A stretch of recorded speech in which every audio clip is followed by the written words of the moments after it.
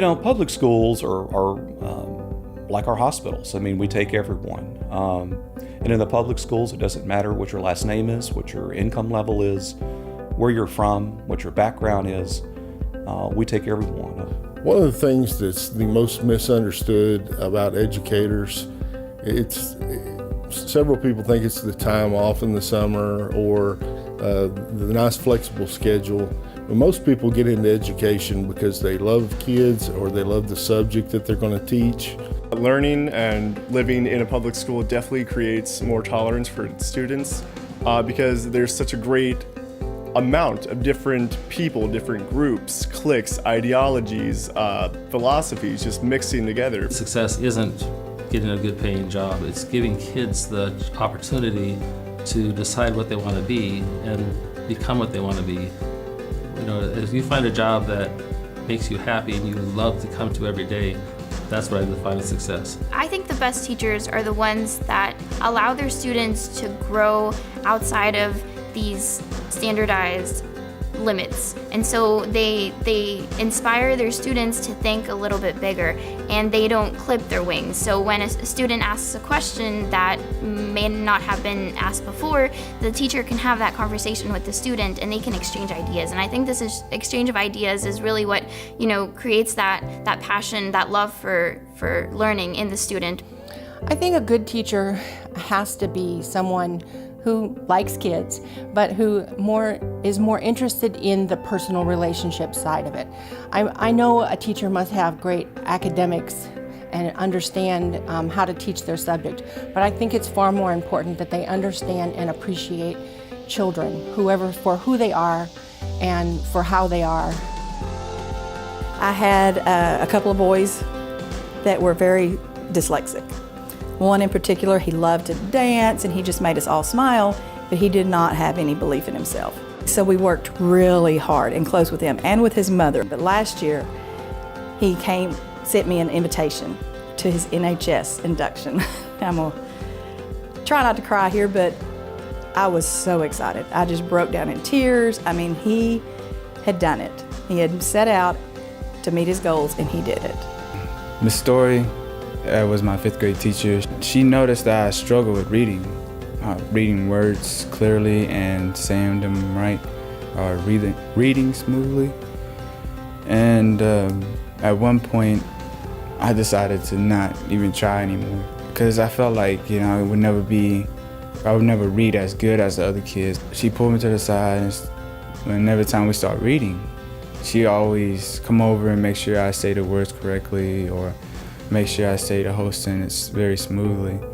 And she really inspired me to, at the moment that I wanted to give up, to not give up.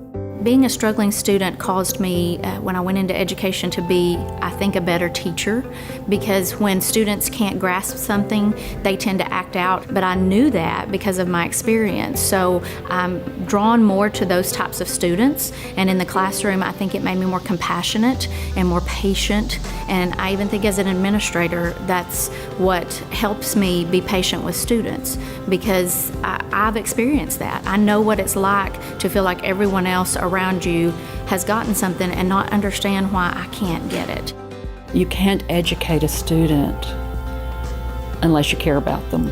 And in order to care about them, you have to know them and listen to them. We have to deal with students that are worrying, that have had a terrible night, that are homeless, or that have had a fight with a parent. Whatever the situation is, that affects their education. And so some of the kids will come up to me and just randomly tell me, hey, coach, this and that happened yesterday, or I'm going through this at the moment, without me even asking them. Growing up, playing sports all your life, you're always taught to be mentally tough. Of course, you're going to be physically tough, but you're always taught to be mentally tough and persevere through the hard times. And that is what my hope is for my kids. When things get hard, things get tough, to just persevere. And if you fall, get back up. No matter if it's sports, no matter if it's academics, to just be the best young man or young woman that they can be. As teachers, I think we are stewards of something that the Founding Fathers gave us, which came from a higher power than just the Founding Fathers. But we are stewards of the value of the individual, and every child has to know that they matter. I think one of the ways that we constantly prep for our students is to pray for them, and to pray for them by name. Not just in general, but by name. We hear a lot about prayer being taken out of public school. It's not. And I would like to know how many times the people who say that are actually praying for public school children. We are. The best teaching advice I ever got from a fellow Athens teacher was to come in every morning and decide that morning that you love every single kid in your class. That made the biggest impact to me as a teacher, is just knowing and setting that intention with every day that I love every student. Because not every student makes every day easy for you, and some days are really difficult being a teacher. And if you love them, it makes it so much easier to get through your day, and so much easier to work with those students when they are difficult and when they're challenging you, and when they have a really rough day, and when it really hurts you to see them like that. It's easier for you coming back the next day because you've already decided you love them. When I tell my kids, you have the power to change the world, your community, to make it better for you, when you do that, you are also making the community better for everybody else around you. And you are helping create a better world. What makes a good educator is the relationships that you build with your students. I think you have to have that relationship and that trust before you can build into being a great teacher. School is a happy place, safe place, and fun place. I want to be a teacher because they teach us how to read, and they teach us how to learn. I want to be a doctor because I want to save people. Oh, I worry about so many things. I worry if they're eating. I worry if they've got electricity and water and all those kind of things. I hope that my students remember that I cared about them. That once they became my students, they became my kids.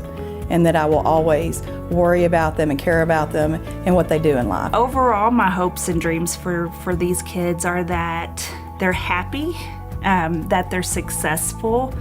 I want our kids to have more than what they have right now. My hope is that they can create a better world for themselves. And I tell them frequently that you have the power to change the world where you live. I want them to remember the life lessons that we taught them. I want them to remember that a teacher took time out of their day to learn who they are. I want them to remember that it is all about success, and it's all about walking the path and the journey that life has called you to. My hopes and dreams for my kids is that they will recognize they are individuals. I'm very big on that they are individuals, they have talents, and that they will use those talents. My hope for our students when they leave Athens ISD is they look back and they are proud to be a Hornet. Not only do we want to make sure that they're ready in math, science, reading, and all the different academic areas, but we want them to be good citizens. We want them to be well-rounded. We want them to have a positive identity of themselves and to be successful in the world.